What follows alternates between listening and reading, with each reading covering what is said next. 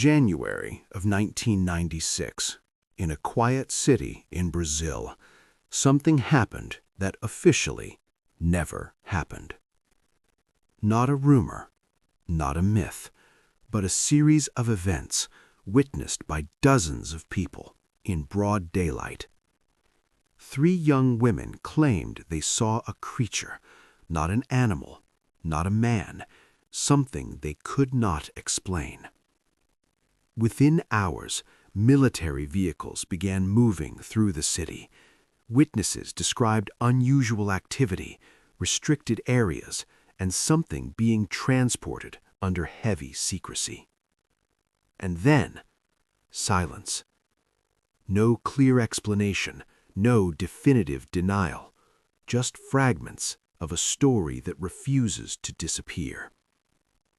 This is what became known as the Varginha Incident, and nearly 30 decades later, it remains one of the most disturbing and debated encounters ever reported.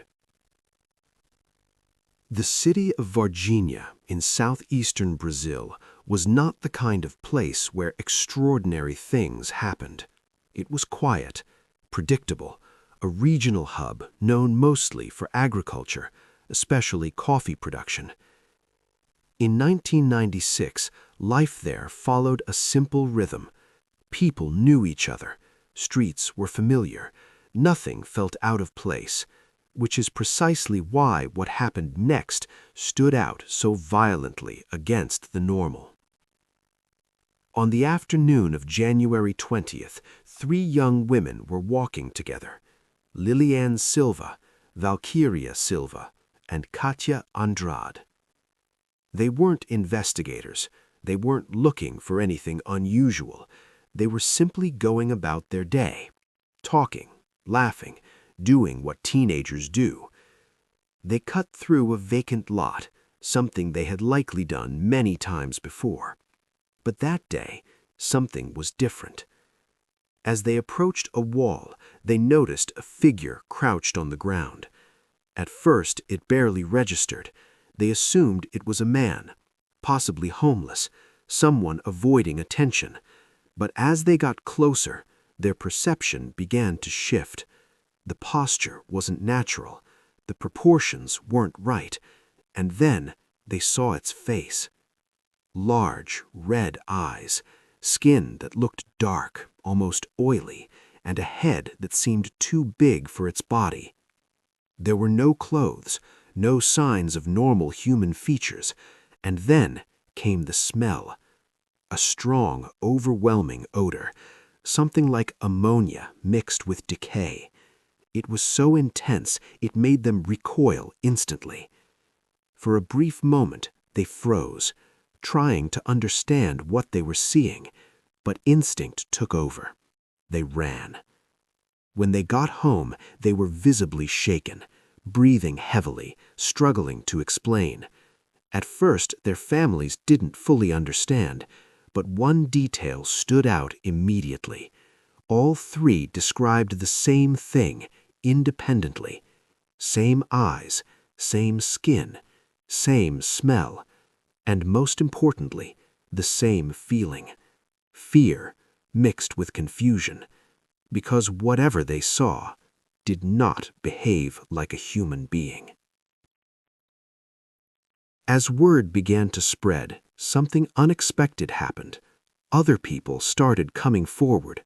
Earlier that same day, residents across Varginha reported something unusual in the sky, a flying object, moving erratically. Some described it as unstable. Others said it appeared damaged. Unlike typical aircraft, it made little to no sound. Several witnesses claimed it descended rapidly before disappearing from view, and then rumors of a crash began. No official crash site was ever confirmed, but the timing was difficult to ignore. Because shortly after these reports, the military arrived. Multiple witnesses reported seeing vehicles from the Brazilian army moving through the city. This was not routine activity. Trucks were seen in areas that had no strategic importance. Some streets were temporarily blocked, and in certain locations, civilians were told to stay away.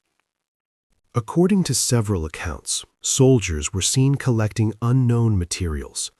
Others described something being transported under tarps, large, irregular shapes, handled with caution and urgency.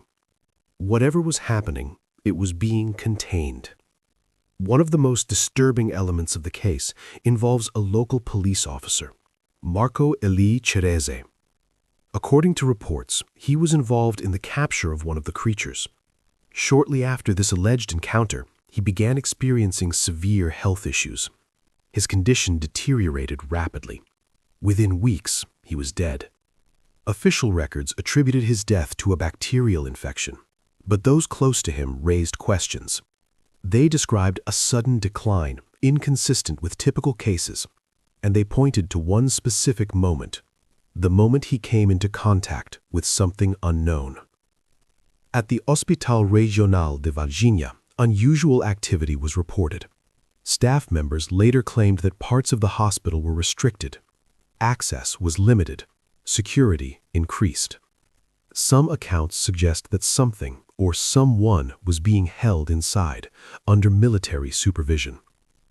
While these claims were never officially confirmed, they remain one of the most persistent aspects of the story. What makes the Varginha incident so difficult to dismiss is consistency. Different people, different locations, no apparent connection. And yet, the descriptions align, not perfectly, but closely enough to raise serious questions, especially when it comes to details that are hard to fabricate, like the smell, the behavior, the physical structure. These are not generic descriptions. They are specific, unusual, and repeated. Authorities eventually responded. Their explanation? The girls had seen a man, a local individual known to wander the area, a man with mental health issues. But this explanation failed to convince many, because it didn't match the details, not the eyes, not the skin, not the reaction, and certainly not the fear. Even years later, the girls stood by their account. They never changed their story. Investigators who studied the case pointed out several anomalies: the timeline, the number of witnesses, the military response. Individually, these could be explained, but together they form a pattern, one that suggests something more complex. Some researchers argue it was mass hysteria, a chain reaction of fear and imagination. Others believe it may have been a misidentified event, exaggerated over time. But there's a third possibility, one that cannot be easily dismissed: that something genuinely unknown occurred. Nearly 30 years later, the Varginha incident remains unresolved. No definitive evidence, no complete explanation. Only testimonies, memories, and unanswered questions. Because if even part of this story is true, then for a brief moment in 1996, in a quiet Brazilian city, something was here. Something not human. And whatever it was, it didn't stay hidden for long.